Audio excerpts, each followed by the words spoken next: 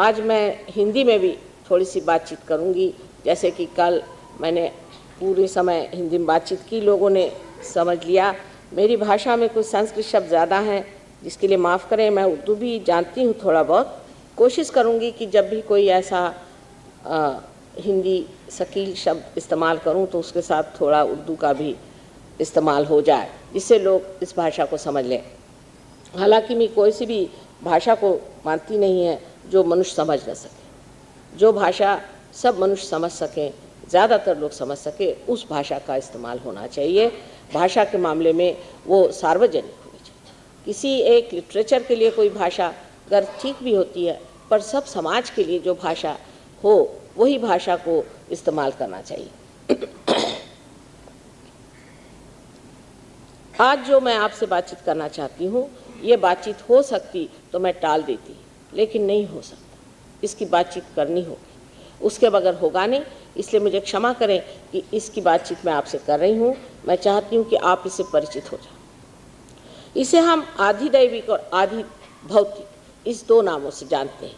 अब इसके लिए कोई उर्दू में शब्द नहीं है क्योंकि इस पर इस्तेमाल नहीं हुआ, लेकिन हम ये कह सकते हैं कि आधि दैविक वो है जिसे हम राइट साइडेड कहते हैं। जब आदमी राइट साइडेड बहुत ज़्यादा हो जाता है, जब वो बहुत एग्रेसिव हो जाता है, या जब वो धर्म के मामले में भी सोचता है कि मैं इस शक्ति को प्राप्त करूं, उस शक्ति को प्राप्त करूं, मुझे ऐसी शक्ति मिलनी चाहिए जिससे मैं पृथ्वी के तल में क्या है या और गुप्त चीज़ें कहाँ हैं, कहाँ गुप्त धन छिपा हुआ है, इस तरह की बातें जो आदमी बहुत प्रयत्न करता है, उसके ऊपर इसका असर आ जाता है। इसे हम आधि दैविक कहते हैं। ये राइट साइड में होती है, जो कि पिंगला नाड़ी से परे जो हमारे अंदर जगह बनी हुई उस जगह में होती है। इसे सुप्रा कॉन्शियस एरिया कहते हैं। ये सुप्रा कॉन्शियस एरिया जो है हम सबके अंदर बसी हुई। जब आदमी इस तरह से बहुत एग्रेसिव हो जाता है तो जो लोग अपने महत्वाकांक्षा एम्बिशंस को लेकर के मरे हुए हैं, ऐसे बहुत से साइंटिस्ट हो सकते हैं और आर्किटेक्ट्स हो सकते हैं, डॉक्टर्स हो सकते हैं, ऐसे बहुत से लोग होते हैं जो कि ऐसी इच्छाएं लेके मरे हैं कि हम मर्क्यूरी से सोना बनाएं। इस तरह की विक्षिप्त जिन्होंने अपनी इच्छाएं रखी हुई हैं, ऐसे जीव जब संसार में मरते हैं और उनका एग्रेशन पूरा नहीं होता तो वो इस एरिया में हमारे रहते हैं, जिसे कि हम सुप्रा कॉन्शियस से परे उसके नज़दीक ही जो कलेक्टिव सुप्रा कॉन्शियस है, जिसे कि आप सामूहिक सुप्रा कॉन्शियस कह सकते हैं, या जिसे आप सामूहिक भविष्य कह सकते हैं। जहाँ सारे भविष्य को मानने वाले लोग, जो भविष्य से लड़ते रहे, जिन्होंने भविष्य के सहारे संसार जीता है, ऐसे सब लोग यहाँ स्थित रहते हैं। जितने भी कुछ ऐसे प्राणी थे, जितने भी कुछ ऐसे पक्षी थे, जितने भी कुछ इस तरह के जंगल थे या इस तरह के आप कहिए पत्ते थे, फूल थे, जो कि दूसरों पे एग्रेशन करते थे, दूसरों पे आक्रमण करते थे, ऐसे सारे के सारे इस जगह स्थित हैं। सारे हमारे अंदर स्थित हैं। ये जगह हमारे अंदर बनी हुई। ये सुप्रा कॉन्शियस एरिया में जा कर के आप ऐसी चीज़ों को जान सकते हैं, जैसे कि LSD नाम की जब चीज़ आप ले लें तो आप पे ये असर आ जाता है और आप उसे देख सकते हैं। नानाविध आपको रंग दिखाई देंगे। ये सब सुप्रा कॉन्शियस है। बहुत से लोगों को एकदम से कहीं क्रॉस दिखाई दे देता है, कहीं किसी को प्रकाश दिखाई दे देता है, कहीं कुछ इस तरह की चीज़ दिखाई देना माने आप वहाँ नहीं।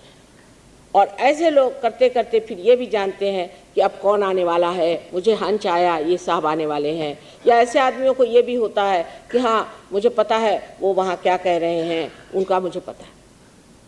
इनको मराठी में हमारे यहाँ मन कवड़े कहते हैं, शायद हिंदी में भी कोई शब्द होगा, कि जो बैठे बैठे ही बता सकते हैं कि वहाँ क्या हो रहा है और वहाँ क्या हो। अब इसके जानने से परमात्मा को जाना कैसे जाएगा? परमात्मा का स्थान तो यहाँ पर सुपर कॉन्शियसनेस, यहाँ पर हमें जाने का है। और हम राइट साइड में चले जाते हैं और सोचते हैं कि हमें बहुत कुछ हम आ गए। इस मामले में कुछ तांत्रिक होते हैं जो राइट साइडेड होते हैं। जैसे आप उनके पास जाएंगे तो वो आपको बता देंगे कि आप कौन सी नौकरी के लिए आए हैं, जो आपका फ्यूचर जो आपके दिमाग में है सारा फ्यूचर बताना। लेकिन दूसरी जो साइड है वो इससे भी डेंजरस है। राइट साइड तो है क्योंकि उससे हिटलर जैसा आदमी हुआ और उसको ऐसे लोगों ने मदद की कि जो बहुत एम्बिशियस थे वो उनके मदद में आए, उन्होंने इन लोगों को पकड़ लिया और इनकी बुद्धि पर ऐसा जाल डाल दिया कि ये देख नहीं पाए कि ये इंसान है और हम भी इंसान हैं। इनको गैस चैम्बर में मारने से क्या हम बच सकते हैं? ये भी तो हमारा एक हिस्सा है। लेकिन वो ऐसा कुछ जाल उस वक़्त फैल गया, ये जो जिसे कहना चाहिए मृत जो लोग हैं, जो मरे हुए ऐसे बड़े बड़े एम्बिशियस लोग हैं, उन सब ने उस वक़्त मदद। और ऐसे लोग ने आज भी हर जगह अपने अपने केंद्र खोले। जैसे कि बड़े बड़े कोई डॉक्टर्स मर गए जिन्होंने कुछ उनकी डिस्कवरी रह गई। जैसे लंदन में एक लेट डॉक्टर लैंग की एक इंस्टीट्यूशन है, वो मर गए, स्वयं नहीं है, उनका इंस्टीट्यूशन उनके बाद बना।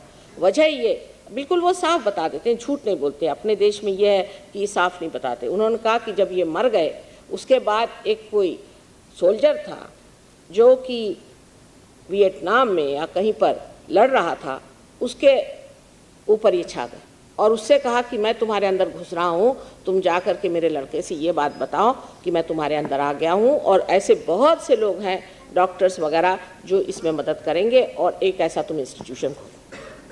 तो ये वहाँ से भाग करके लंदन गए। लंदन में जा करके उनसे बताया कि आपके पिताजी मेरे अंदर आ गए। उसने कहा मैं कैसे विश्वास करूं? कल मैं आपको कुछ सीक्रेट्स बताता हूं। उन्होंने मुझे बताया कि आपके इस फलाने जगह में आप खोदिए तो वहाँ धन रखा हुआ। और उन्होंने मुझे ये बताया कि आपसे जो जो गुप्त बातें की थी वो उन्होंने मुझे बताई, मैं आपको बताता। जब उन्होंने ये बातें उनको बताई तो वो हैरान हो गए। उन्होंने कहा अच्छा चलो ऐसा शुरू करें। वो मैं इस तरह से जानती हूँ क्योंकि एक स्त्री हमारे पास आई और वो आते साथ वो बदन उनका थर थर थर थर काँप रहा था। मैंने कहा ये क्या आपके अंदर कोई शक्ति नहीं, क्या बात है? दिखने में तो आप बहुत हेल्दी लगती हैं और आपके अंदर कोई शक्ति नहीं, क्या बात है? तो कहने लगे कि वैसे तो माँ एक बार मेरी तबीयत बहुत ख़राब हुई थी तो ये डॉक्टर लैंग का नाम आपने सुना होगा, उनके पास मैंने चिट्ठी लिखी तो उन्होंने मुझे ये बताया कि आप फलानी तारीख को 5 बजे इंतज़ार करिए, हम आपको ठीक कर देंगे। और उनको 5 बजे फिर से बदन में खूब ज़ोर से ऐसा लगा कि जैसे कोई बड़ी गर्मी चढ़ाई और वो सारा बदन उनका कांपने लगा। और उसके बाद उनका मेरी तबीयत कुछ ठीक हो गई। 1 साल तक मैं ठीक रही, 2 साल तक ठीक रही और उसके बाद धीरे धीरे मैंने देखा कि मेरी नस तक ऐसी ढीली पड़ गई कि मेरे बदन में कोई ताकत नहीं। कोई अगर हाथ लगाए तो मैं चीखूं, कोई अगर बोले तो मैं चीखूं, ऐसी मुझे परेशानी। इस तरह से वो मेरे पास आए थे। हालांकि मैंने कभी नाम नहीं सुना था, पर ऐसे फिर अनेक लोगों के मैंने नाम सुने कि जो ऑपरेशन कर देते हैं और उसका खून नहीं निकलता और ये नहीं, ये सारे भूत हैं। इन भूतों से बच के रहना चाहिए। आपको अपनी ही शक्ति में ठीक होना चाहिए, दूसरों की शक्ति में नहीं। आपकी अपनी शक्ति अपने अंदर निहित है जो आपको ठीक कर सकती है। आप जब दूसरों की शक्ति पर जाते हैं तब आप अधिदैविक शक्ति पर उतर आते हैं। अब दूसरी साइड जो है जिसको कि हम लेफ्ट साइड कहते हैं, जिसे कि ईड़ा नाड़ी संभालती है, ये हमारी भावना प्रधान, भावनामय, जिसको कि फीलिंग्स की, इमोशंस की कहिए, या आपके दिल के जज्बात जो होते हैं जिससे आप महसूस करते हैं वो है। ये जो नाड़ी है ये जब बहुत ज़्यादा कार्यान्वित होती है तो आपने सुना होगा कि तामसिक स्वभाव के जो लोग होते हैं वो इससे प्लावित होते हैं, इससे इन्फ्लुएंस्ड होते हैं। उन लोगों की यह बात होती है कि जो गलत बात होगी उसको ही बहुत बड़ा बना करके उसने अपनी ज़िंदगी बर्बाद कर दी।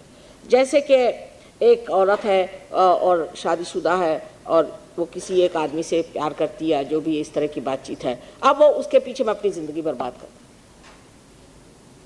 और उसके लिए वो बड़ी दुखियारी बन के घूमती है। और ऐसे आपने बहुत सी कविताएं पढ़ी होंगी, गज़लें पढ़ी होंगी जो रोनी सबको हालत कर देते हैं और इंसान उसको पसंद भी करता है। शायद इंसान चाहता है कि दूसरे रोएं और हम हंसें या खुश हों। इस तरह की जो रोनी बातें हैं और रोनी चीज़ें हैं ये इसी से निकलती हैं जहाँ पर कि आपकी ईड़ा नाड़ी चलती। दूसरों को रुलाना, दूसरों को ये कहना कि भगवान मैं बिरहा में बैठा हूँ, मैं मरा जा रहा हूँ, मैं पतित हूँ, मुझे आप मिलिए, ये सब लेफ्ट साइड की भक्ति है। इसी से भक्ति का उगम होता है। लेकिन वो भक्ति श्रद्धा होनी चाहिए। वो कृष्ण ने जो कहा है कि अनन्य भक्ति होनी चाहिए, उन्होंने कहा कि जो आपको देना हो तो आप मुझे दीजिए, लेकिन अनन्य भक्ति करें। अनन्य भक्ति का अर्थ होता है कि जब दूसरा न रहे, जब आप उनसे एक हो जाएं तब भक्ति करिए। उन्होंने साफ कह दिया, लेकिन इस शब्द को कोई जानता ही नहीं कि अनन्य क्या खेल है। जब अनन्य भक्ति होगी तभी वो असली भक्ति होगी, और जब तक ये अनन्य भक्ति नहीं होगी तो इस भक्ति का कोई अर्थ नहीं। और यही बात है कि लोग बस गाते रहते कि भगवान हम तुमसे कब मिलेंगे, और उसके लिए रोते रहेंगे, अपना सर पीटेंगे, भूखे मरेंगे, सर एक पैर पे खड़े रहेंगे। ये सब करने की ज़रूरत नहीं है, कोई ज़रूरत नहीं। ये तो परमात्मा को दुख देने की बात है कि आप बेकारी में अपना सर पीट रहे हैं। आपने सुना होगा कि बहुत से लोग हैं वो मातम करते हैं। मैंने देखा है एक बार मुल्तान में, इतनी भयंकर चीज़ है वो कि देखते ही बदन पे ऐसा लगता है कि जैसे पता नहीं कैसे मेरे ही ऊपर कोई कोड़े मार रहा है।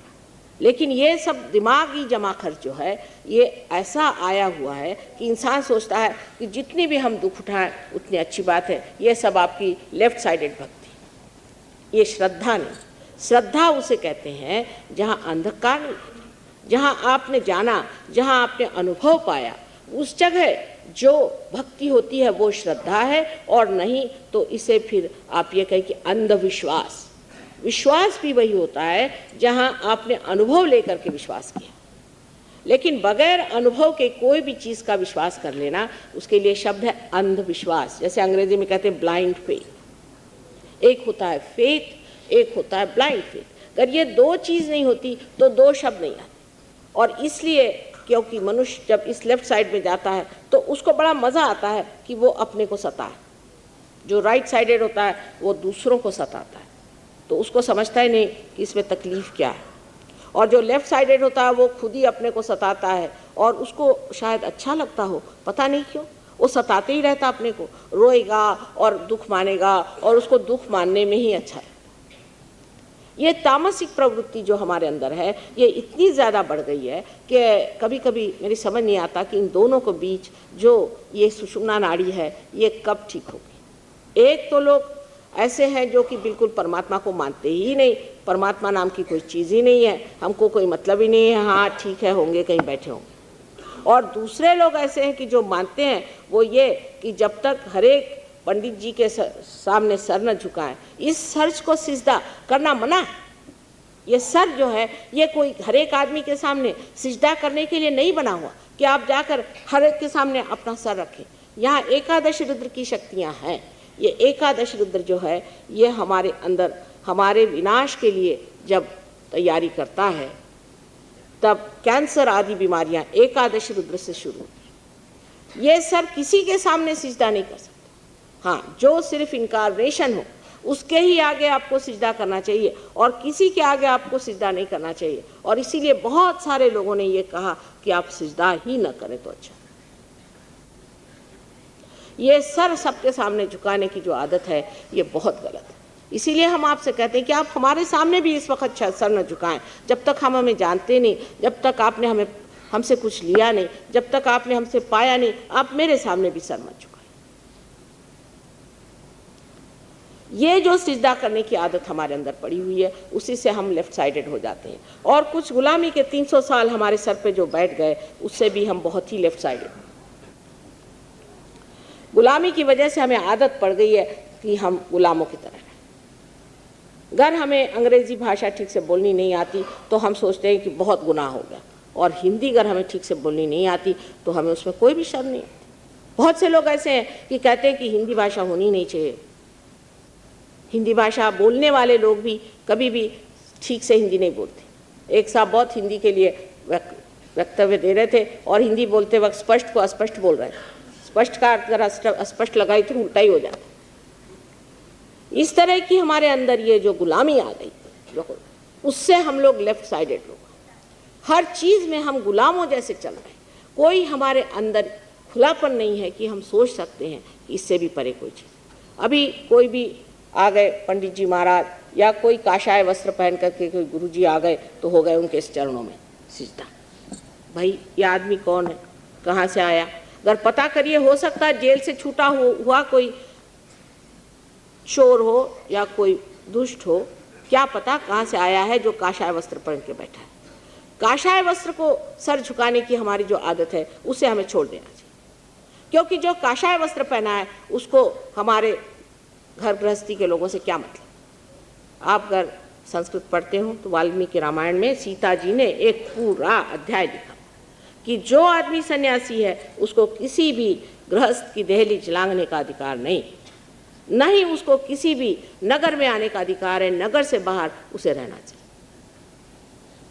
और हम लोग किसी भी काशाय वस्त्र वाले पे इस तरह से टूट पड़ते हैं। इधर तो हमारा घर चलाना, गृहस्थी चलाना, ये सारा कार्य, यही एक बड़ा भारी यज्ञ है कि विवाहित होकर के अपने बाल बच्चों को धर्म में रखना, ये बहुत बड़ा यज्ञ है। और जो हम मेहनत की कमाई करती हैं वो क्या है, इन लोगों के लिए जो कि कुछ मेहनत नहीं करते हैं और बदतमीजी करते हैं, और उनको हम सारा अपना पैसा दे दें। मैंने आपसे पहले कहा कि सहयोग ये समाजोन्मुख है। आपको आश्चर्य होगा कि अगर कोई काशाय वस्त्र पहन के आए तो उसे हम रियलाइजेशन नहीं दे पाते, क्योंकि झूठ है,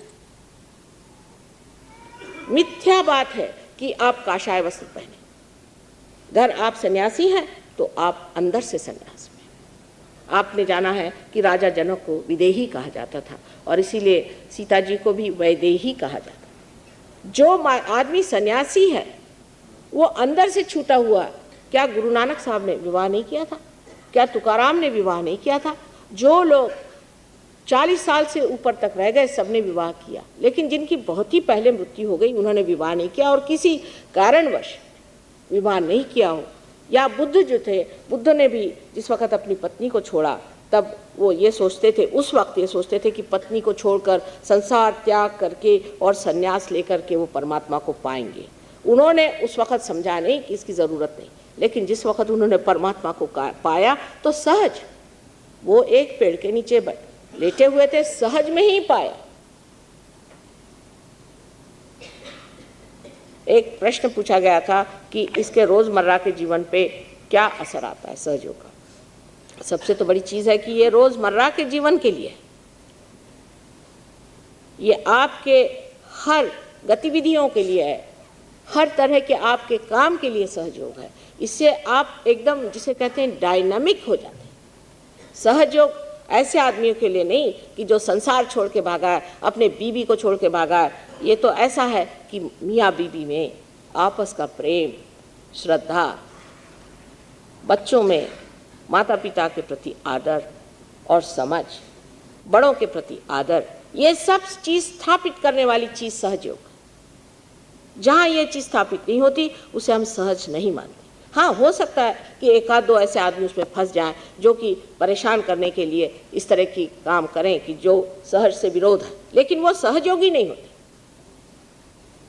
जो सहयोगी हैं उनको अच्छे से विवाह करके और अच्छा घर बसाना चाहिए और ऐसे सुरम्य स्थान में रहना चाहिए जहाँ की लोग आएँ, उनका आगमन हो। अपने यहाँ भी जो लोग जानते हैं लक्ष्मी जी के बारे में कि लक्ष्मीपति उसे कहते हैं कि जो एक स्त्री स्वरूप, माँ स्वरूप जिसके पास धन है। वो धन ऐसा है कि जो कोई आता है, भूंगा भी आता है तो उसे भी इतना, उसमें कांटेदार जानवर होते हुए भी उसे अपने घर में स्थान देता है। इस लक्ष्मीपति के स्वरूप हमारे यहाँ लोगों के घर होने चाहिए। ये सहयोग का विचार है। ये नहीं कि घर तोड़ो, डिवोर्स करो, इधर से उधर भागो और 4 हस्बैंड डिवोर्स करो और 4 औरतें डिवोर्स करो और बाकी सब लोग जाके अनाथालय में बुढ़ापा काटो।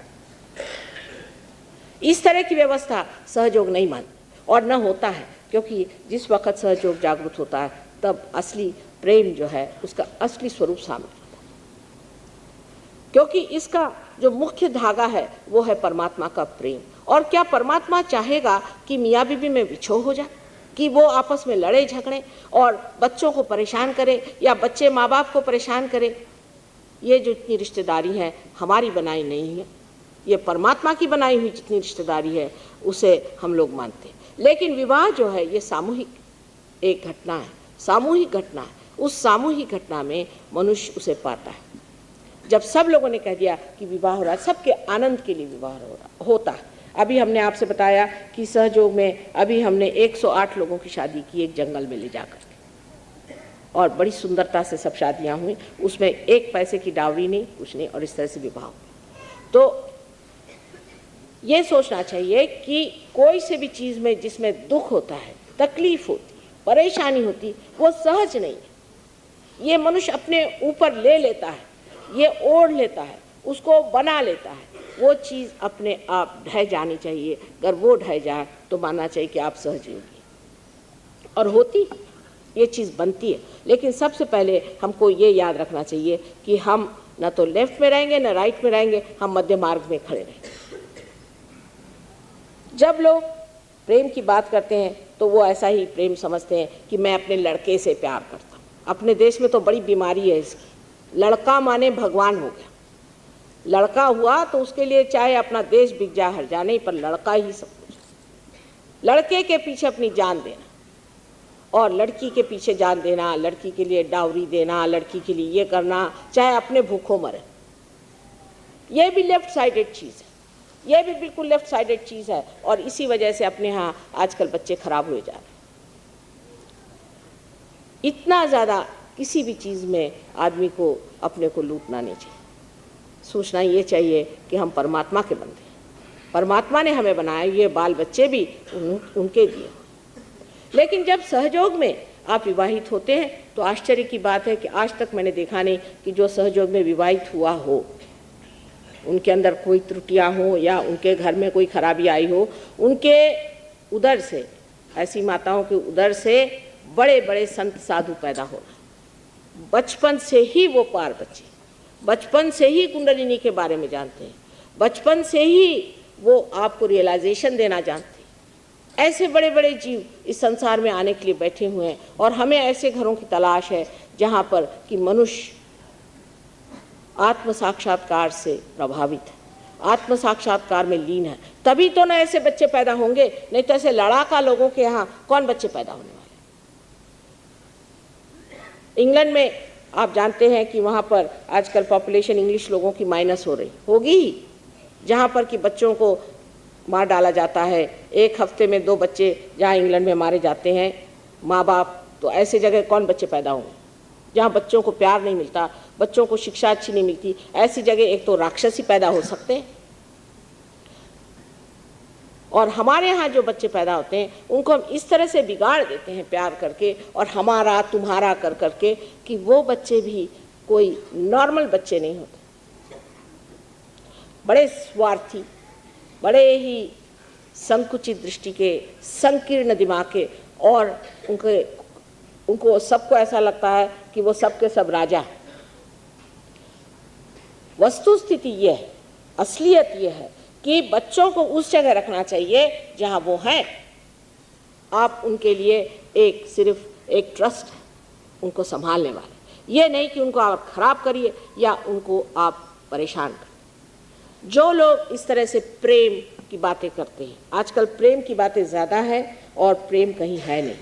लंदन में आप देखिए तो रास्ते पर भी सब लोग आपको दिखाई देंगे बदतमीजी करते हुए, मानो जैसा बड़ा प्रेम है। और पूछा भाई कहाँ जा रहे हैं, कल हम डिवोर्स केस करने जा रहे हैं। रास्ता डिवोर्स केस का लिया हुआ है और रास्ते में बदतमीजी करते चले जा रहे हैं। जहां इसका प्रदर्शन ज्यादा होना शुरू हुआ, समझ लीजिए घपला है। क्योंकि अगर अंदर आदमी के अंदर उसका कॉन्फिडेंस हो, उसको पूर्ण विश्वास हो, तो चाहे पत्नी कहीं भी रहे, पति कहीं भी रहे, वो पूर्ण विश्वास में आराम से रहता है कि हाँ है। और जहां वो डामाडोल मामला है, वहीं पे आप सोच लीजिए कि इसका बड़ा प्रदर्शन दिखाया जाता है, सबको दिखाया जाता है कि हाँ हाँ मैं कितना अपने पति को प्रेम करती हूँ और पत्नी को प्रेम करती हूँ। और ये प्रेम के बहाने जो दुनिया भर की चीजें हम लोग कर रहे हैं, उसकी कोई भी जरूरत नहीं। इतना कृत्रिम और इतना उथली ये चीज है कि बस 2-4 दिन शादी के बीतने दीजिए, फिर लट्ठम लट्ठी हो जाती शुरू। ऐसे प्रेम का कोई अर्थ भी होता है। और जब ऐसी औरतें जो कि रो रो के मेरे पति ने मेरे साथ ये किया, मेरा पति घर देर से आया, मेरा पति ये करती हैं, वो सब लेफ्ट साइडेड हो जाती हैं। और आदमी भी जो अपने औरतों के लिए इस तरह से रोते बैठते हैं, वो भी लेफ्ट साइडेड होते हैं। पर अपने आदमी और ही तरह के होते हैं, वो तो औरतों को मारने पे आमादा रहते हैं। जो औरतों की इज्जत नहीं करते वो सहयोगी नहीं हो सकते। यत्र नार्या पूज्यन्ते तत्र रमन्ते देवता। लेकिन औरत को भी पूजनीय होना चाहिए, ये नहीं कि उसकी पूजा हो पर वो स्वयं भी पूजनीय हो, ये एक सहयोग का अट्टहास है। अब यहाँ पर देखिए कि जब आप लेफ्ट साइड में चले जाते हैं तो आप बहकते ही चले जाते हैं। एक साहब बड़े दुखी, बहुत दुखी। मैंने कहा हुआ क्या? कहले भाई बड़ा मुझे दुख हो रहा। मैंने कहा क्या हुआ? कहले मुझे मेरे लड़के ने कहा कि पापा मुझे स्कूटर ले दो, मैं खरीद नहीं पाया। तो मैंने कहा क्या हो गया? आपको लड़के से कहना चाहिए कि भाई मेरी तनख्वाह इतनी है, मैं नहीं खरीद सकता, उसमें इतना आपको दुख होने की क्या बात है? साहब कहने मेरा बस चले तो मेरे बच्चों को मैं सारी दुनिया दे दूँ। मैंने कहा वाह वाह, क्या कहने आपके? क्या आपका बच्चा क्या है? क्या भगवान है? उसको सारी दुनिया देने के लिए आपको किसने कहा? क्या दुनिया आपके बाप की जो आपको उसको सारी दुनिया दे रहे हैं? ये सारी गलतफहमियां हिंदुस्तानियों के दिमाग से निकालना बड़ी मुश्किल बात है। अपने बच्चे के लिए या अपने और रिश्तेदारों के लिए भी फिर उसमें और इम्बैलेंसेस आते हैं। जैसे कि मेरे माँ है तो उसके लिए, मेरे बाप है तो उसके लिए, और इसके लिए और उसके लिए। आप अपने लिए जी रहे हैं, स्वार्थ में नहीं, परमात्मा के लिए। परमार्थ में आप अपने लिए जी रहे हैं, उसमें आपको किसी भी तरह की ऐसी स्थिति नहीं आएगी जिसमें आप एक ग्लानि उठानी पड़े। आप अपनी शान से रहिए। कोई होगा अपनी जगह, अपनी शान से रहना चाहिए कि मैं भगवान के दरबार में बैठा हूँ। ठीक है, जो मेरे दरबार में आए, परमात्मा के दरबार में आए, वही मेरे रिश्तेदार। एक बार ईसा मसीह को किसी ने आके बताया कि तुम्हारे बहन और भाई बाहर आए। तो ईसा मसीह ने कहा कि कौन मेरे भाई और कौन मेरी बहन? सवाल पूछा। अब वो वही कह सकते हैं जो कि उस स्थिति में कौन मेरे भाई कौन मेरी बहन, मतलब ये कि जो मेरे साथ परमात्मा के दरबार में बैठे वही मेरे भाई, वही मेरी बहन, वही मेरे रिश्तेदार। और बाकी जो हैं उनकी रिश्तेदारी क्या, वो तो मतलबी लोग हैं जो रिश्तेदारी जोड़े पड़े। जब तक उनका मतलब पूरा करिए तब तक आपके हैं। आपके बच्चों को जब तक पता है कि आपके पास ठन कुछ रुपया है तब तक आपके हैं, नहीं तो आपके नहीं। इस तरह से आपको प्रेम के बारे में भी पूरी तरह से समझना चाहिए। हम बड़े प्रेमी हैं। बहुत से लोग हमसे कहते हैं कि माँ हम आश्रम में गए और लोगों ने हमसे प्रेम से बात नहीं की। मैंने कहा ठीक है, आपकी हालत ज़रा देखिए क्या है। आपको भूतों ने पकड़ा हुआ है, आपकी हालत ख़राब है। आप वहाँ पहुँचे और आपने वहाँ गड़बड़ बातें करनी शुरू कर दी। तो भूतों से तो प्रेम करने की कोई ज़रूरत नहीं। उनको तो झाड़े बगैर वो ठीक नहीं होते, 2 झाड़ लगाइए तब ठीक होते। हाँ, लेकिन जो असल है उसके लिए सारा प्यार है। असल में जो उनको झाड़ता भी है वो भी प्रेम में झाड़ता है। ईसा मसीह का भी उदाहरण दे दे कि जिन्होंने उनको माफ़ कर दिया जबकि वो क्रूस पे टंग गए थे, इतना उन्होंने प्यार किया उन लोगों पर कि प्रभु ये जानते नहीं ये लोग क्या कर रहे हैं, इन्हें माफ़ कर दो। वही ईसा मसीह ने एक बार हाथ में हंटर लेकर के जितने लोग उस मंदिर के पास में चीज़ें बेच रहे थे उनको एक हंटर लेकर के इसका तड़ातड़ मारना शुरू कर। और बहुत बार मेरा भी ऐसा मन करता है जब मैं मंदिरों में देखती हूँ और मस्जिदों में देखती हूँ कि उसके बाहर लोग बाजार हाट करते बैठते हैं और वो मंदिर में ऐसी चीज़ें भेजते हैं जैसे कि हनुमान जी के मंदिर जाइए तो वहाँ हार आप देंगे, वो खरीद लीजिए, फिर आके फिर वही बिकता है। तब मन करता है कि एक हंटर लेके सबको मारा जाए खूब अच्छे से, जिससे इनकी तबीयत हरी हो जाए। लेकिन जो भक्त लोग हैं वो तो सोचते हैं कि वो हार बेचने वाला उसके भी पैर छू लूँ, फिर एक पत्थर दिखाई दिया उसके भी पैर छू लूँ, फिर कहीं और कुछ है वहाँ भी पैर छू लूँ, वहाँ भी 2 रुपये दे दूँ, वहाँ भी 4 रुपये दे दूँ, वहाँ भी 5 रुपये। वो सोचता ही नहीं, उसके आगे अंधेरा, अंधेरे में टटोल रहा है,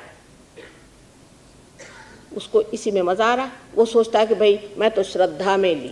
ये श्रद्धा नहीं, ये अंधविश्वास है। ऐसे लेफ्ट साइडेड लोग जो होते हैं जो कि ईड़ा नाड़ी के उस पार चले जाते, जिनमें ये अधिक चीज़ हो जाती, उनका हाल क्या होता है इसके बारे में आपको मैं बताऊं कि जैसे अब हरे रामा हरे कृष्णा वाले लोग, ये लोग हमारे ऑक्सफोर्ड स्ट्रीट में वो बोदियाँ इनके यहाँ बाज़ार में मिलती, वो लगा करके, और धोती उनको पहनना नहीं आता, और वो हाथ में ढोलक ले करके और नाचते हैं, वो सब धोतियाँ गिरती, वो औरतें इतनी बेवकूफ़ जैसी, और उनसे पूछने जाइए कि भाई क्या कर रहे हो, क्यों ऐसा कर रहे हो, कृष्ण का नाम खराब, तो वो हरे रामा हरे कृष्णा वो सुनेंगे नहीं, वो सुनने के लिए तैयार नहीं। उनके दिमाग में वही बैठा है हरे रामा हरे कृष्णा करिए। उसमें से 2-4 लोग सहयोग में जब भी आए तो देखा उनको कैंसर हो गया ऑफ द थ्रोट। तो कहते कि थ्रोट में अगर यहाँ पे श्री कृष्ण का स्थान है तो हमें कैसे हो गया? भाई तुम कर क्या रहे हो? उनके साथ तो ज्यादती कर रहे हो। क्या ऐसा कृष्ण ने कभी किया था कि आप जा कर के रास्ते में वहाँ पर जहाँ पे सब आपके ऊपर हंसें और बुरी तरह से आप ये गोदियाँ लगा करके ढोंगबाजी करिए? ऐसे अनेक ढोंग लोग करते हैं, और वो ढोंग के पीछे में कभी कभी सच्चाई भी ये होती कि वाकई विश्वास भी करते कि सही बात, लेकिन कोई सी भी गलत बात को सही समझ करके और उसके पीछे लगना और अपनी ज़िंदगी बर्बाद करना बिल्कुल तामसिक स्वभाव। तामसिक लोगों में ये ज़रूर होता है कि वो एग्रेसिव नहीं होते, चीखते नहीं, चिल्लाते नहीं, मृदु भाषण होता है, मधुर लगते हैं, और उनकी बातचीत से लगता है कि बेचारे दुखिया रहे। पर दुख काहे को मनाने?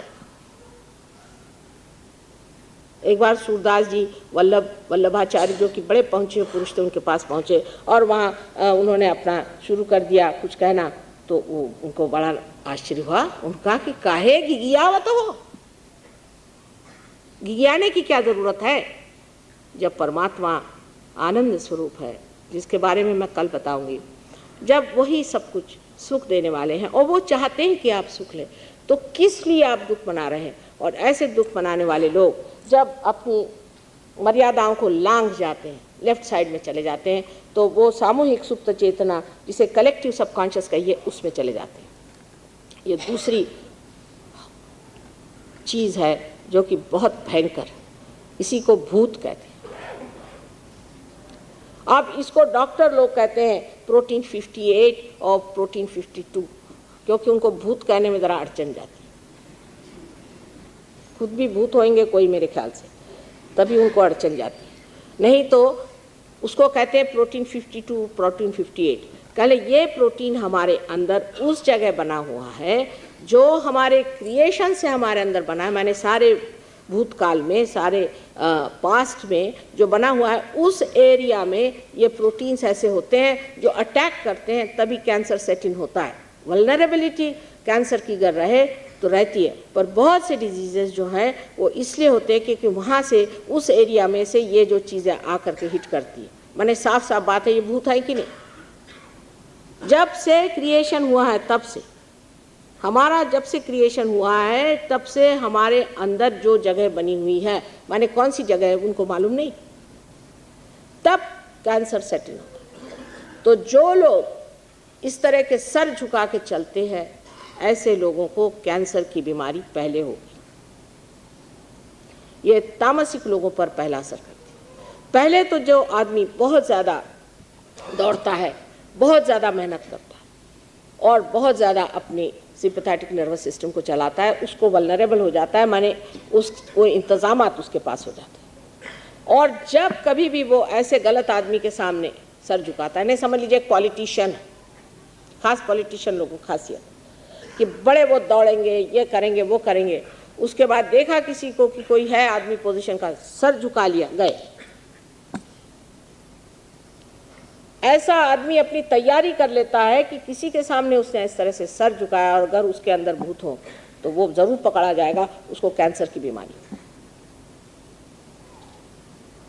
ये सिंपैथेटिक नर्वस सिस्टम का चलना जो है, ये हमारे अंदर चलता ही है, क्योंकि जब कोई सी भी इमरजेंसी आती है तो सिंपैथेटिक नर्वस सिस्टम का इस्तेमाल करते हैं। जैसे कि हमें दौड़ना है तो दौड़ते वक्त हमारा हृदय ज़ोर ज़ोर से चलने लगेगा, हमारे दिल में धड़कन ज़ोर से होने लगेगी, यानी हम चाहें तो हमारे दिल की धड़कन हम बढ़ा सकते हैं। यह सिंपैथेटिक नर्वस सिस्टम से होता है। लेकिन जिस वक्त वो अपने आप ठीक रास्ते पे आ जाता है, अपने आप वो संतुलित हो जाता है, वो किससे होता है? वो पैरासिम्पैथेटिक से होता है। और जिस वक्त हम लोग बहुत ज़्यादा सिंपैथेटिक में चले जाते हैं तो हमारी लेफ्ट और राइट साइड अगर इस तरह से और बीच में अगर सुषुम्ना नाड़ी है और left and right hand side इस तरह से है तो ये हिल जाती, और ये अगर हिल गई तो हमारा जो संबंध पूरे से, होल से है, जो हमारे ब्रेन के साथ संबंध है, वो टूट जाता है। तो हम लोग उसे मैलिग्नेंसी कहते हैं, माने ये कि आप अपने ही सवार हैं, आर्बिट्ररी जिसे कहते हैं, या उसे कहते हैं कि ऑन योर ओन, ये मैलिग्नेंसी। ऐसे जब आप हो जाते हैं इस तरह से तब, लेकिन ये होने के लिए, ऐसा होने के लिए भी एक ज़रूरी है कि कोई न कोई ऐसा प्रोटीन आपके खोपड़ी पे सवार हो जाए। तो 2 पर्सनालिटीज़ हमारे अंदर आते ही हमारे अंदर ये बीमारी आ जाती है। अगर इस बीमारी को आपने ले लिया तो इसका इलाज यही है कि वो जो आपके अंदर भूत बैठा उसको पहले निकालना चाहिए। भूत नाम की चीज़ है, इसका मतलब ये नहीं कि आप उससे डरिए, इसका मतलब ये नहीं कि आप उसको जीत नहीं सकते, इसका मतलब ये नहीं कि वो आपको नष्ट कर देगा, आप स्वयं उसके ऊपर सवार हो सकते हैं।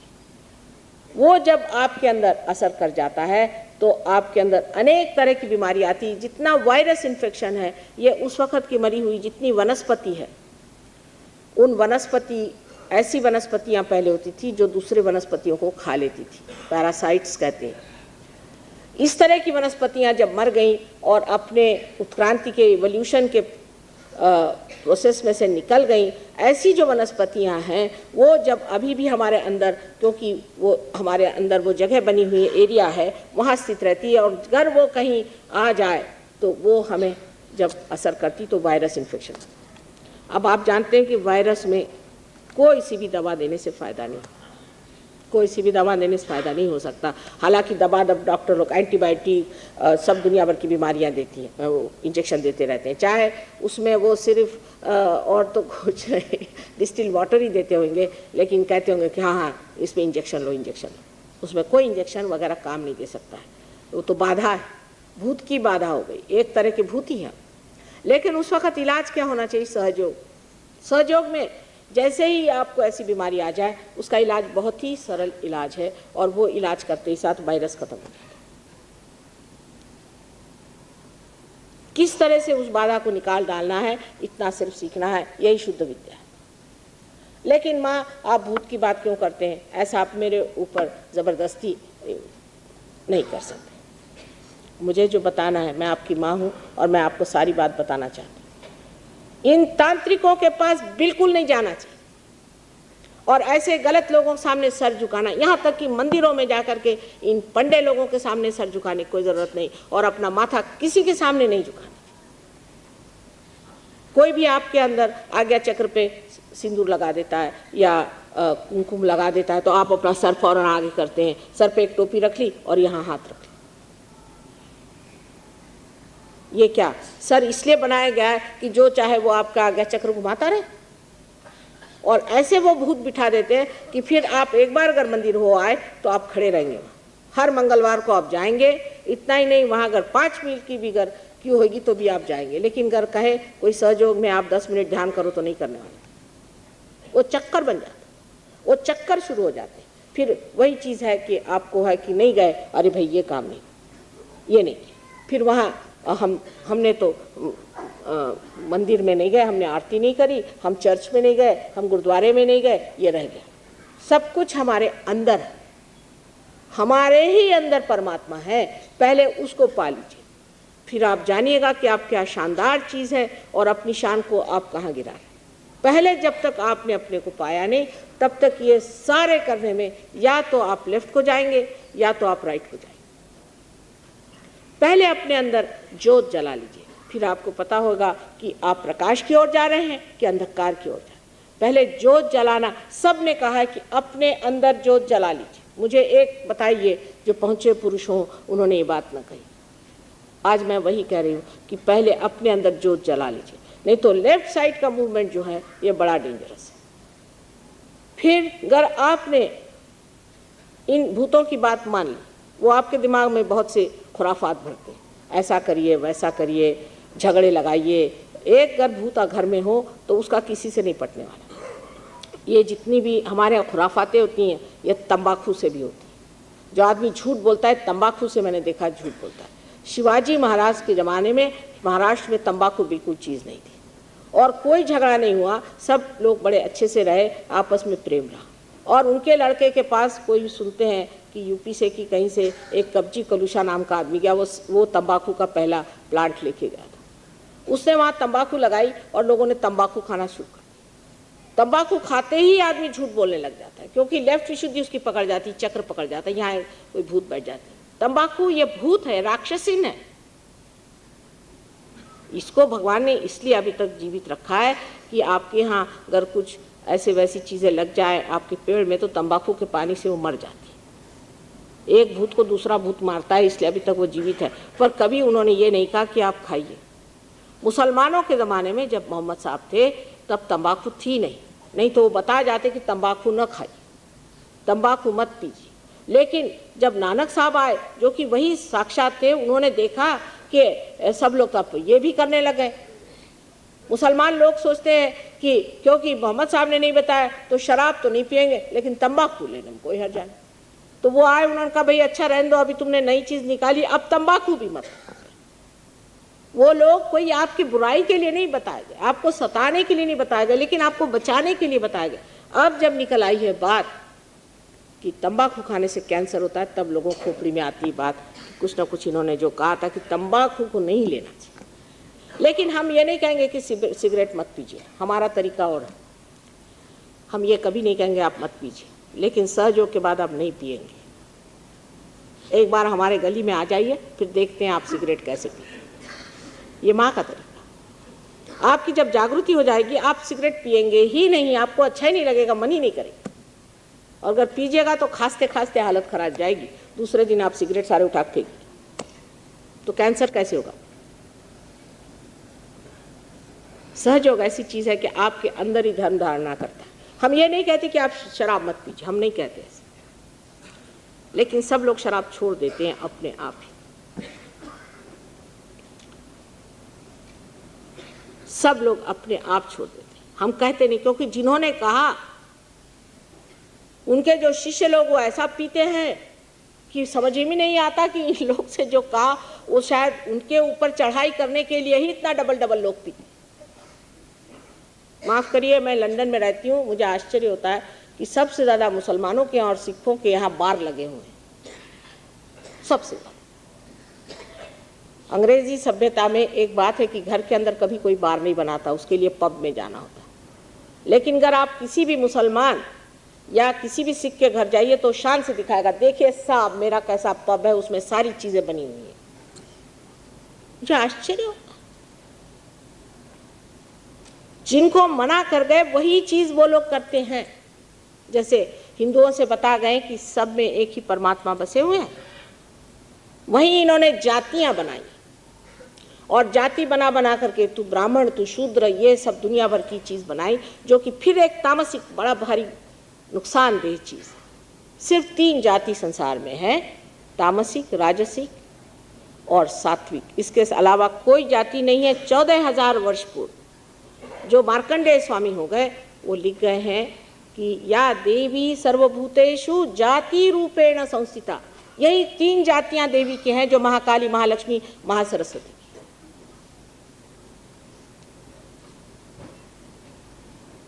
इन 3 जातियों के सिवाय और चौथी जात कोई नहीं है।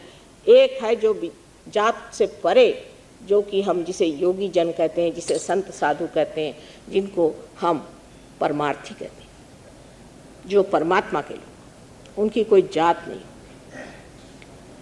लेकिन उस पर झगड़ा करने वाले बहुत खड़े हो जाएंगे कि मैंने सुना कि कोई शंकराचार्य साहब भिड़ गए कि साहब ब्राह्मणों का ये अधिकार। कौन है ब्राह्मण? जिसने ब्रह्म को जाना वो ब्राह्मण है, नहीं तो मैं किसी ब्राह्मण को नहीं जानती। किसने ब्रह्म को जाना वो माना है, उसको तो मानना है ही, लेकिन जिसने नहीं जाना वो अपने ऊपर ब्राह्मण अगर ये लगा ले तो वो झूठी बात है, सत्य नहीं। कुछ अपने ऊपर सर्टिफिकेट लेने से आप ब्राह्मण नहीं हो सकते, और गीता में ये हो ही नहीं सकता।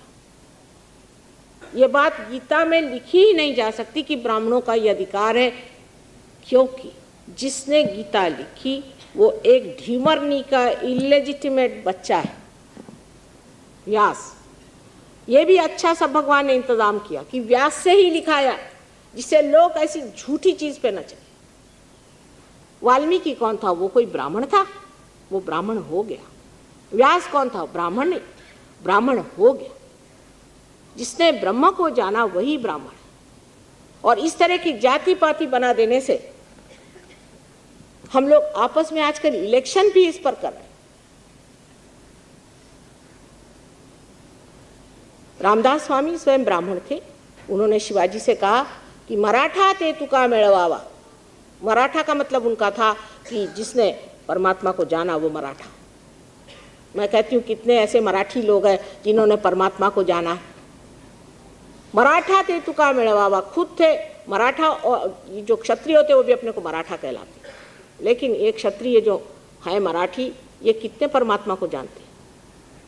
जिनके लिए उन्होंने कहा था वो ऐसे लोग, ऐसे वीर, ऐसे शूर जो कि अपने स्वधर्म को चाहते हैं और स्वधर्म को पाते हैं, ऐसों को मिलाई। उस वक़्त जो मावड़े लोग थे जिन्होंने कि बिल्कुल जिनको हम लोग कहते हैं कि कुंभी लोग जो थे, वो लोगों को उन्होंने मराठा माना। और शिवाजी खुद जिस वक़्त उनका राज्याभिषेक हो रहा था तो इन ब्राह्मणों ने ये बात उठाई कि इनका राज्याभिषेक कैसा होगा, ये जात के कुंभी है, और अब जो राज्य पे बैठे सब लोग हैं ये सब क्या ब्राह्मण जाति के हैं, और ब्राह्मणों को अधिकार नहीं राज्य पे बैठने। अगर उस हिसाब से देखा जाए तो कि ब्राह्मण राज्य नहीं कर सकते, ये तो सिर्फ क्षत्रिय कर सकते। फिर ये कैसे चल रहा है? ये चक्कर हम लोग समझ नहीं पाते कि उस वक्त शिवाजी महाराज को तो छोड़िए, महात्मा गांधी के पीछे पड़ गए। महात्मा गांधी को ले जाकर नासिक में कहा गया कि तुम यहाँ प्रायश्चित करो क्योंकि तुम इंग्लैंड जाके आए हो, और अब इंग्लैंड से आई हुई शराब बैठ के पीते, तब कुछ नहीं प्रायश्चित होता है इन नासिक के पंडितों। उनको तक झुका दिया। मैं महात्मा जी के साथ थी, मैंने एक दिन ऐसी मजाक में कहा कि आपने नासिक में जाके क्यों प्रायश्चित किया? कहले भाई अगर मैं नहीं करता तो मेरे गोली से मार देते, और वैसे तो मारा ही गोली से प्रायश्चित करने के बाद भी। इस तरह की जाति पाति बना करके एक जात ऊंची एक जात नीची, औरतें नीची आदमी ऊंचे, इस तरह की जो भेदभाव करना है ये असल में अमंगल चीज है। तुकाराम ने कहा कि भेद करना अमंगल है, इस शुभ नहीं होता। और इसीलिए अपना देश आज इतनी निम्न स्थिति में आया कि हम लोग एक दूसरों को काटने के हजारों इंतजाम हमने करे। कोई है तो फलानी सभा बना रहा है, कोई है तो वो सभा बना रहा है। आप सब इंसान परमात्मा के बनाए हुए बंदे हैं, उसको पाइए। आपस में भेद कर करके आपने क्या सुख पाया? अब हमारे यहाँ दूसरी एक प्रथा बड़ी ज़बरदस्त है कि भाई हम तो इस जाति के हैं, और हम तो जैसे हमारे कायस्थों में हैं, या समझ लीजिए आपके कोई और जाति ब्राह्मणों में, उसी से शादी करो और कहीं नहीं। क्यों? उसी में शादी करेंगे। कल अगर उस लड़की को किसी ने छोड़ दिया तो तुम्हारी जात खड़ी होती है उस लड़की के लिए या आपके लिए? किस लिए वहां शादी करेंगे आप?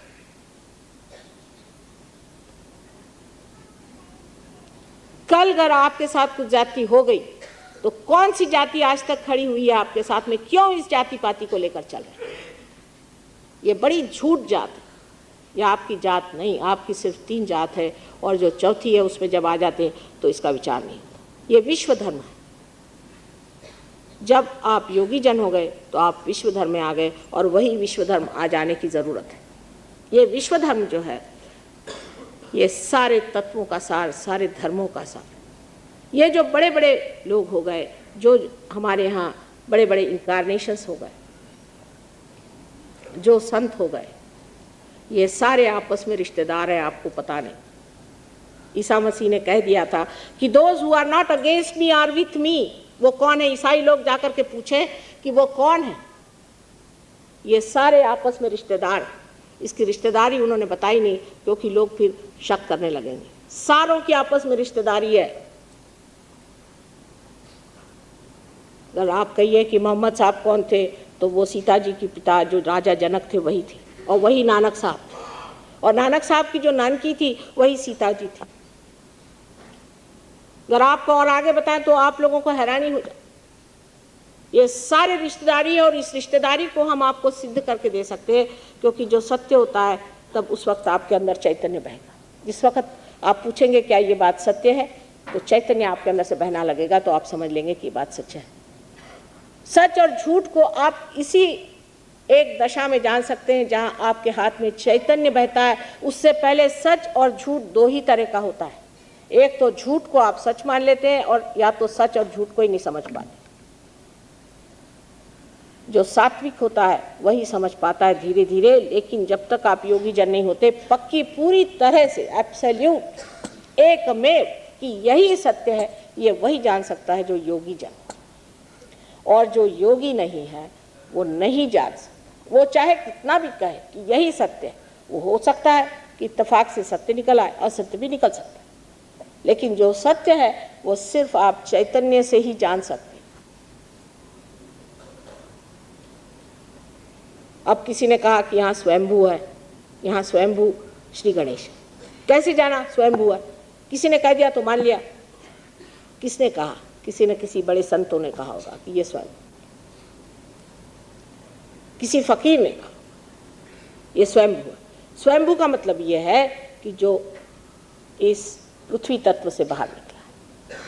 बहुत से लोगों ने इसकी बात इसलिए नहीं करी, निराकार ही की बात करी, क्योंकि जैसे ही आप किसी भी एक डेटी की, देवता की बात करते हैं तो लगे उसी को पूजने। जैसे कि फूलों की आप अगर बात करें तो लोग लगते हैं कि फूलों के पीछे में।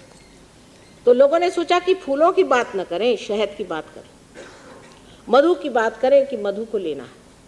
जिन्होंने मधु की बात करी वो भी बात रह गई, जिन्होंने फूलों की बात करी वही फूलों की बात रह गई। तो फिर क्या किया जाए?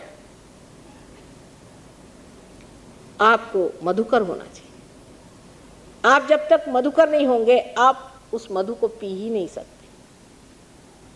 आपको बदलना होगा, आपका परिवर्तन होना है, आपका दूसरा जन्म होना है। जब तक आप वो नहीं होते हैं तब तक आप उस मधु को नहीं पा सकते। इन शब्दों के अंदर छिपे हुए मधु को आप नहीं पा सकते। आप सिर्फ वही गा रहे हैं, बोल रहे हैं, पढ़ रहे हैं, उस मधु को आप पा नहीं रहे। उस मधु को पाने के लिए आपको वो होना चाहिए जिसे मधुकर कहते हैं। अपने देश में तमस इतना भरा हुआ है, इतना भरा हुआ है कि उसका कोई अंत नहीं।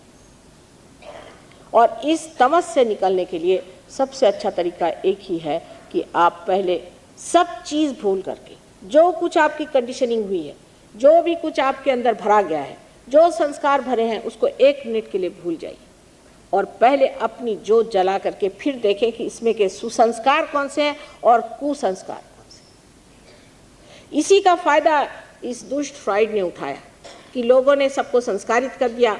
क्योंकि वहाँ तो एक और भी गंदा काम लोगों ने किया कि कैथोलिसिज्म शुरू कर दिया, उसमें नन्स बना दिए, ये बना दिए, वो बना दिए, ज़बरदस्ती का राम राम, शादी नहीं करना, ऐसे अजीब से कपड़े पहन के घूमना। उसके प्रतिक्रिया, उसके रिएक्शन में वहाँ पर ये फ्रॉइड साहब आसीन हो गए। उन्होंने कहा ये सब कंडीशनिंग है, इसको छोड़ो। तो ये कंडीशनिंग को छोड़ो तो आप फिर क्या रह जाते? आप अहंकार रह जाएंगे। अगर आप में ये चीज़ नहीं रहेगी तो दूसरी चीज़ है अहंकार। या तो आप अहंकारी अभिमानी हो जाएंगे और या तो आप कंडीशन बिल्कुल झुके हुए आदमी की जो कह रहे हो चलो बैल, जैसे घाने में बैल लगाया जाता है उसकी 2 झापड़े रहती, उसी तरह से आप गोल गोल गोल गोल घूम रहे हैं, उसमें से निकाला कैसे जाए? ये झापड़ और ये बैल का घाना जो है ये सभी छूट जाता है जिस वक्त आप स्वतंत्र हो जाते हैं। आपके स्व का तंत्र जब जागृत हो जाएगा तो तभी आप इसे पाएंगे। यही सब संत साधु ने कहा है, हमेशा कहा है, और ये भी कहा है कि ये कार्य कलयुग में ही होने वाला है। इसीलिए घोर कलयुग आया है और इसीलिए आज इतने लोग परमात्मा को खोज में हैं। पहले कोई इतने लोग मिलते थे? सब लोग तो संतों को मारने पे आमाते थे, सबको छला सताया, परेशान किया और कुछ नहीं किया। जब तक वो जीवित रहे तब तक उनको माना नहीं। जब वो मर गए तब हाँ ज़रूर उनके लिए ये बनाओ वो बनाओ, सब दुनिया भर की चीज़ बना करके और धर्म स्थापना करी। आप जानते हैं ज्ञानेश्वर जी को कितना परेशान किया। जिन्होंने परेशान किया उन्होंने ही आज उनके मंदिर बनाए। और हमने एक बार उनसे कहा कि हमें आपके हॉल में आप प्रोग्राम के लिए दीजिए। कहले नहीं, यहाँ कैसे हो सकता है, यहाँ तो हम सिर्फ हमारे वो ऐसे नाचते हैं वो लेकर के ले जी। कह डिंडिया, यहाँ डिंडिया करिए तो आप होगा। मैंने कहा कि जो ये बैठे हैं जिनका यहाँ पुतला है ये क्या डिंडिया करते थे? तो कह ले वो तो पहुँचे हुए थे और हम लोग तो डिंडिया ही करते, हम यहाँ ध्यान नहीं करते। ये हमारी दशा आज आ गई है कि धर्म की विकृति इस तरह हम लोगों ने मान ली है कि लोगों को ये शंका हो रही कि क्या ये धर्म है कि अधर्म है। फिर अगर धर्म है तो धर्म का कोई सिलसिला ही दिखाई नहीं देता। आपस में कोई प्रेम नहीं, कोई आनंद नहीं, कोई उल्लास नहीं, कुछ नहीं। ये है क्या चीज़? ये भारत भूमि जो कि महान योग भूमि है, उस देश में ये हाहाकार की, ये आफत की, क्योंकि हमने सही रास्ता नहीं लिया। गलत चीज़ को सही समझ करके हम लोगों ने अपनी ज़िंदगी बर्बाद की। इसको एक बार इस गुलामी को तोड़ देना चाहिए।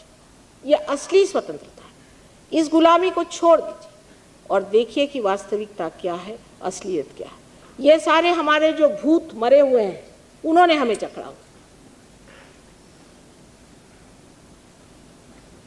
एक साहब दिल्ली में ही एक साहब हमारे पास आए। जैसे हमारे पास आए तो वो सर के बल खड़े हो गए, उन्होंने उल्टे ये घुमाना शुरू कर दिया। मैंने कहा ये तो पता नहीं इसको क्या हो गया, सारे हठियों के उसने प्रयोग शुरू कर दिया। मैंने कहा इसकी अतड़ियाँ निकल आएंगी, इसको बंद करो। वो कहले मैं बंद नहीं कर सकता माँ, मेरे सामने सब यही कर रहे हैं। मैंने कहा यह है क्या तमाशा। बाद में उसका जब ट्रीटमेंट शुरू हुआ तो पता हुआ कि महाशय किसी लड़ाई में गए हुए थे। वहाँ से लौटते वक्त, पाकिस्तान से लौटते वक्त किसी हिंदुओं के स्मशान भूमि में चले गए। वहाँ पर किसी हठयोगी ने इसको पकड़ लिया। ऐसी उसकी हालत हो गई कि वो बेचारा, उसके मुंह से खून निकलता था, आफत होती थी, पर यह अपना हठयोगी करते रहता था। इस हठयोग के वजह से उसके प्राण ही निकल जाते। अंत में सिर्फ उसकी आत्मा ने उसे बचाया और आज वो एक बड़ा सुंदर सहयोगी है। कोई सी भी अतिशयता मनुष्य करता है तो सोच लेना चाहिए कि कोई भूत सवार है हमारे। आप लोग बहुत से सरकारी नौकर हैं, मैं नहीं कहती कि सरकारी काम नहीं करना चाहिए, लेकिन जिस तरह से भूत जैसे आप लगे रहते हैं ऐसी जरूरत नहीं। इतना करके भी कौन सा कल्याण किया आपने? ना बीबी को देखना, ना बच्चों को देखना, ना कोई मतलब। इतनी कमाई करके जब बुढ़े हो जाते हैं, जब हालत खराब हो जाती है, तो फिर घर में आप एडमिनिस्ट्रेशन शुरू करते हैं, रिटायरमेंट। और कौन सा आपने कल्याण देश का किया हुआ है?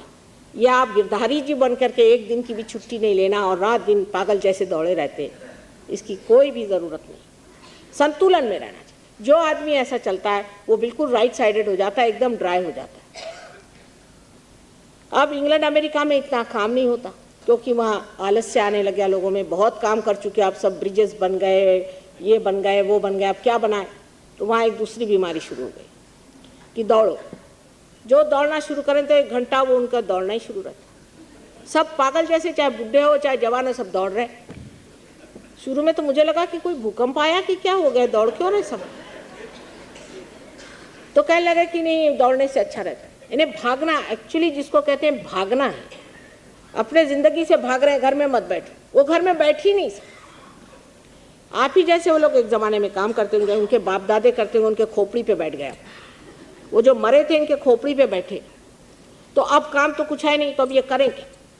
जब उनके खोपड़ी पे भूत सवार हो गए तो अब करेंगे। तो अब ये है कि घर में नहीं बैठ सकते। सैटरडे संडे नहीं हुआ कि उठाया उन्होंने अपनी गाड़ी और सब लोग बैठे गाड़ी में और चले कहीं बाहर। कभी 2 मिनट आपस में बातचीत नहीं होगी, कुछ प्रेम से मुलाकात नहीं होगी, कुछ जानना नहीं होगा कि भाई तुम्हें क्या परेशानी है, क्या आफत है, क्या सुख दुख की कोई बातचीत नहीं। बस उठाई उन्होंने मोटर, चल दिए। इसे पलायनवाद, एस्केपिज्म कहना चाहिए। उसकी वजह है कि उनके सर पे, खोपड़ी पे भूत सवार हैं जो मर गए, जिन्होंने बड़े बड़े ब्रिज बनाए, ये बनाया, बना के मिला क्या? अंत में हिप्पी तो हो गए ना, जिन्होंने बहुत कुछ इतनी डेवलपमेंट कर ली है। उनका हाल क्या है वो आकर आप देखिए। अंदर से, बाहर से तो बहुत अच्छे लगते हैं, रोज तो तीसरी बीवी लेकर के आते। घर में कोई शांति नहीं, कोई धर्म नाम की चीज नहीं, किसी के पास न माँ न बहन न कोई उसकी तमीज। इनसे क्या सीखने का, इनसे क्या जानने का? इन्होंने क्या डेवलपमेंट किया? गधे बन गए, पूरे पक्के गधे हैं सब, यहाँ से वहाँ तक। कोई अमेरिकन आपको ऐसा नहीं दिखाई देगा जिसकी आंख ऐसी नहीं होगी। 1 मिनट शांति से बैठ नहीं सकते। उनको ध्यान क्या करा? मैंने कहा इनको गोंद चिपकाओ, ये तो बैठ नहीं सकते। इनसे कुछ सीखने का नहीं। आप फॉरेन क्या करते हो?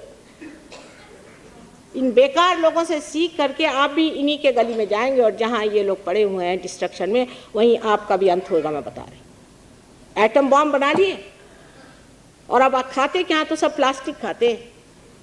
अमेरिका में उन्होंने आइसक्रीम दिया, तो मैंने कहा कि ज़रा कुछ अजीब सा लग रहा है, वाइब्रेशन में आइसक्रीम कल तो बड़ा लोग पसंद करते। एक साहब ने बताया, साहब इसमें तो क्ले मिलाई जाती। मैंने कहा हाँ, अब क्ले ही खाओ, उसी लायक। हाइब्रिड खाना खाते हैं, हाइब्रिड जैसे हो गए। हाइब्रिड का आप दूध पीजिए, आपका दिमाग कल खराब ना हो तो जो कहिए।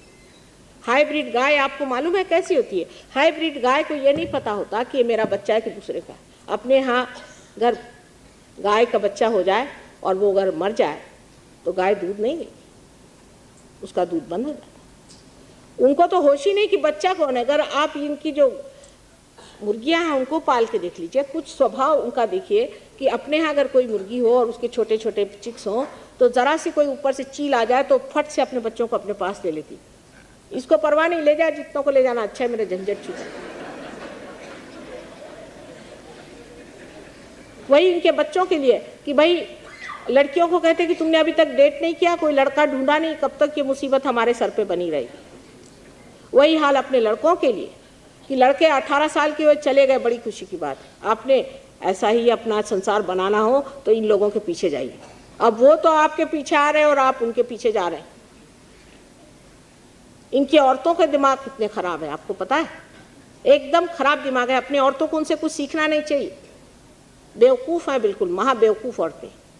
और इनके दिल में, हृदय में ज़रा सा भी प्यार नहीं, बस पैसा पैसा पैसा। और इतने कंजूस लोग हैं कि आपको एक गिलास पानी देने में भी उनकी जान निकलती। आपको अगर वही क्वालिटी पानी है जो ये लोग हैं तो जाइए उनके पीछे। इनमें कौन सा गुण है ये मुझे बताइए आप, कि जिसको आप कहते हैं वायलेंस इनमें है। और यहाँ से जो वहाँ हिंदुस्तानी गए वो उससे भी बदतर हो गए। यही कहते हैं कि अगर गोवा से आम ला के दिल्ली में लगाओ तो वो लग नहीं सकता, वही हालत है। यहाँ से उखड़े हुए जितने बाहर गए इतने रद्दी लोग हैं, सिर्फ पैसे के पीछे में। यहाँ तक साफ साफ कहते हैं, वहाँ के गुजराती मिले, वो कह ले भाई डॉलर तो मेरा भगवान है, डॉलर तो मेरा सब कुछ है। डॉलर भी नहीं बोलना था। दूसरे एक देवी जी मिली, कह ले मेरा मुंडा डाउनटाउन गया था जी, और फिर क्या हुआ, हाँ वहाँ से इतना डॉलर कमाता है जी, बस कितना होशियार लड़का है। बस मैंने कहा बहुत होशियार। किसी की वैल्यू सिर्फ ये कि आप कितना रुपया कमाते हैं और कितने ज़्यादा आप जोड़ते हैं। ये हमारे वहाँ जाकर हिंदुस्तानियों ने हमारी देश की शान बढ़ाई है। और उनसे आप लोग क्या सीख रहे हैं? सिवाय वायलेंस के ये अमेरिकन को कुछ आता है? उठे बैठे हाथ में बंदूक लेके इसको ठोक दो उसको ठोक दो, जैसे कोई इन्होंने ही सब संसार बनाया हो। इनसे सीखने का कुछ भी नहीं है। और न ही इनकी आप लोग बात सुनिए। इन लोगों ने आकर के हमारे औरतों को खराब किया। अपने औरतों का भी दिमाग इसी से खराब होकर के अब इतने डिवोर्सेस आपके दिल्ली में ही हो रहे हैं। पहले हमारे ज़माने में कोई सोचता भी नहीं था डिवोर्स की बात, तो क्या हम लोग कोई बुरे थे? हमें कोई स्वतंत्रता नहीं थी हमारे दिमाग में। ये सब चीज़ें बाहर से आकर के हम लोगों ने ऐसी जीत ली है जैसे कि वो बड़े सुखी जीव हैं। हाँ भाई, उन्होंने कोई ऐसा सुख पाया हो तो ज़रूर करी, लेकिन नहीं है। महादुखी लोग हैं, उनसे दुखी कोई नहीं। आप क्यों उनके साथ उनके आफत में जा रहे हैं? इसलिए आपसे मैं हाथ जोड़ के कहती हूँ कि अपनी संस्कृति पे जमिए। अपनी संस्कृति में आत्म साक्षात्कार सबसे बड़ी चीज़ है और आत्मा को पाना सबसे बड़ी चीज़ है। उससे अलावा अपने चित्त का निरोध बताया गया है कि चित्त को रोको। ये नहीं कि सबके ऊपर अपनी आंखें चल रही हैं। रास्ते से चलेंगे तो एक एक चीज़ देखते चलेंगे, अगर एक चीज़ नहीं दिखाई दी तो गर्दन मोड़ के तोड़ देंगे, गर्दन पर देखते रहे। ये हमारे लोगों का हाल। हर एक औरत को देखना, हर एक आदमी को देखना, बच्चों को नहीं देखना, नतमस्तक। ये हमारे देश की संस्कृति की लक्ष्मण जी ने अपनी भाभी का सर नहीं देखा, पाँव ही। उस संस्कृति में पले हुए आज हमारी आंखों को क्या हो गया, हमारी शक्लों को क्या हो गया, न वो रौनक रही न वो बातें रही। जब तक हमारे अंदर हमारी संस्कृति की पूरी तरह से बैठक नहीं आएगी तब तक हम लोग ठीक नहीं हो सकते। अंग्रेज़ों ने उखाड़ दिया था, सो उखाड़ दिया। हम लोग भी रहे उस ज़माने में जब अंग्रेज़ थे, उस वक़्त किसी ने असर नहीं डाला। जब हमें स्वतंत्रता मिली तभी हम बेछूट हो गए। उससे पहले हम लोग बहुत कायदे के थे। उस वक़्त जो लोग हो गए सो हो गए। अब ऐसे लोग तो दिखाई भी नहीं देते और सोचना भी नहीं चाहिए, पर कम से कम अपनी संस्कृति पे जमने की कोशिश करें। अपनी संस्कृति जो है, हर एक चीज़ का अर्थ है, इस चूड़ी का अर्थ है, इस मंगलसूत्र का अर्थ है, इस बिंदी का अर्थ है, हर चीज़ का अर्थ है। और इस हर अर्थ का इतना बड़ा अनुदान है, इतनी बड़ी गिफ्ट है, इतनी ब्लेसिंग्स है कि इसको अगर आप छोड़ दीजिएगा तो अनर्थ हो जाए। हर चीज़ का मतलब आपको समझना चाहिए कि ये क्यों बना गए, जो हमारे बुजुर्ग बना गए हैं वो किस लिए बनाए गए। लेकिन गंदी चीज़ें हमने बहुत ले ली, ये तो खास चीज़ है। जैसे जाति है, ये जाति तो कुछ बहुत साल पहले की चीज़ नहीं है। ये जब से जाति बन गई, जाति लेके बैठे, उस पर इलेक्शन लड़ रहे हैं साहब, जाति पर इलेक्शन लड़ रहे हैं। हमारा धोबी जो था बिल्कुल बेकार, वो आके मुझसे कहने लगा कि आपको मुझे इलेक्शन में वोट देना पड़ेगा। मैंने कहा कोई मेरा दिमाग ख़राब है, तुमको मैं वोट दूंगी, तुम्हारे अलावा जो खड़े हैं वो तो बहुत बड़े आदमी।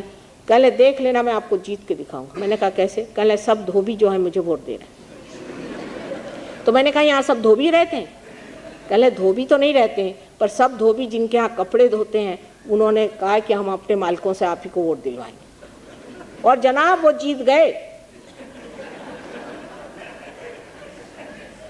ये तो हमारी हालत है, ये हमारी हालत है दिमागी।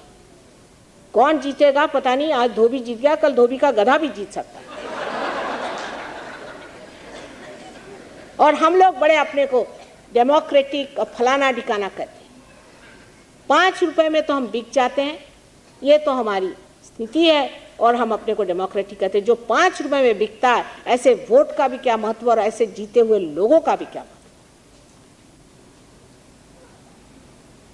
जो लोग 5-5 रुपए में अपने वोट बेचते हैं, उनसे इलेक्टेड जो लोग आज खड़े हुए हैं, उनको मैं मानती ही नहीं कि वो हमारा प्रतिनिधित्व करते हैं। अब वो हमारी क्या भलाई कर सकते हैं, सिवाय इसके कि जो उन्होंने 10 लाख रुपए खर्च किए हो तो 20 लाख कमाए, 5 लाख खर्चे तो 10 लाख कमाए। ये सीधा हिसाब है।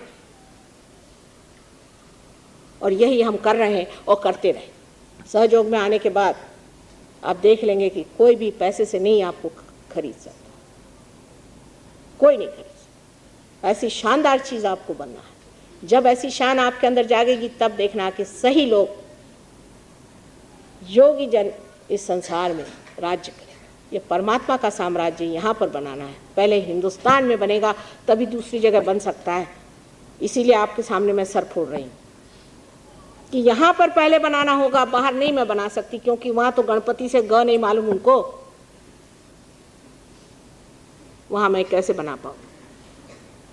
आप लोग थोड़ा डामाडोल हो गए, कृपया फिर से स्थिर हो जाइए, मामला बन जाएगा। इस देश को अगर बदलना है तो पहले अपने को बदलना होगा, और वो बदलने की पूर्ण विधि सहयोग में है। सबको उससे लाभ होने वाला है। आज मैंने तामसिक इस पर कहा है, कल बहुत सुंदर बात कहूँगी जो कि सहस्त्रार और आत्मा इसका स्वरूप क्या है।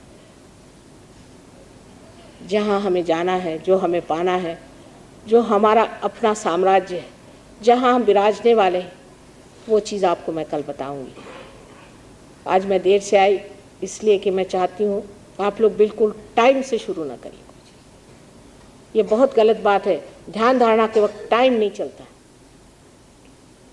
थोड़ी देर आके यहाँ ध्यान में बैठना चाहिए। थोड़ी देर जब ध्यानस्थ हो जाए उसके बाद लेक्चर शुरू हो, वो अच्छा रहता है। लेकिन मैंने देखा आई तो बाहर शोरगुल चल रहा था, सब आपस में बात कर रहे थे। ये कोई सिनेमा हॉल में हम नहीं आए, हम तो मंदिर में आए हुए हैं। थोड़ा शांतिपूर्वक आकर के थोड़ी देर ध्यान में बैठना चाहिए और उसके बाद फिर भाषण होना चाहिए। एकदम से टाइम से कोई ये कोई मिलिट्री है कि चलो टाइम से अभी आपको हम कर दें। टाइम कोई चीज़ ही नहीं होती परमात्मा के साम्राज्य में। घड़ी कोई चीज़ ही नहीं होती। चीज़ होती है कि आनंद। जब आनंद में विभोर होगा तो टाइम रुक जाता है, वहाँ टाइम कहाँ जाता है। लेकिन पहले आप लोग कल आए तो मैं ये देखूं कि सब लोग शांतिपूर्वक ध्यान में बैठे हुए हैं, शांतिपूर्वक मौन में बैठे हुए हैं।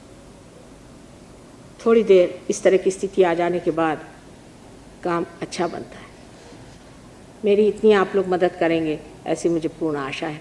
आज फिर से हम थोड़ा सा सहयोग का प्रयोग करेंगे। उसके बाद आप लोग घर पे जा कर के इसके बारे में वाद विवाद न करते हुए शांतिपूर्वक इसका आनंद लें। कल फिर आपको मैं जो विशेष विषय है उसके बारे में बताऊँ। कल आखिरी दिन है और कल आखिरी चक्र जो सहस्त्रार है उसके बारे में मैं आपको बताऊंगी और आशा है कि उसके बाद आप सहयोग में पूरी तरह से जम करके इस सामूहिक चेतना में जागृत हो। सब अपने भेदभाव भूल कर